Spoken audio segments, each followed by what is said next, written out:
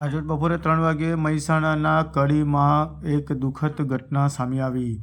આ વિધિના લેખ પિતાના હાથે જ પુત્રનું મોત. મહેસાણા જિલ્લાના કડીમાં પિતાએ ટ્રક રિવર્સ લેતા લોખંડના ટેબલ અને દિવાલ વચ્ચે પુત્ર કચડાયો.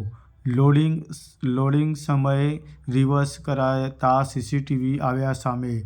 મહેસાણાના કડી તાલુકાના ઇન્દ્રાટ ગામની સીમમાં આવેલા એક કંપનીમાં પિતાની નજર સામે જ પુત્રનું કાળજું કંપાવી દે તેવું કમકમાટીભર્યું મોત નીપજ્યું છે. આ તે વિધિના કેવા લેખ જે પિતાએ પુત્રને જ પગભર કરવા પોતાની સાથે રાખ્યો હતો અને તે જ પિતાના હાથે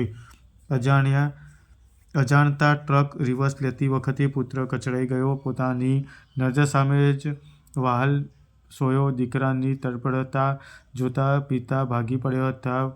આ સૂરજ પરિવારના વાલસોયા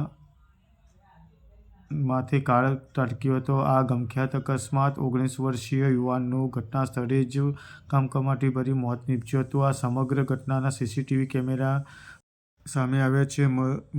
મદદ કરવા ગયેલા પુત્રના કાળનો કેર રાજસ્થાનના બાડમેર જિલ્લાના વતની અને દેવારામ કુંભારામ ચૌધરી ટ્રાન્સપોર્ટના વ્યવસાય સાથે સંકળાયેલા તેઓને 19 વર્ષીય પુત્ર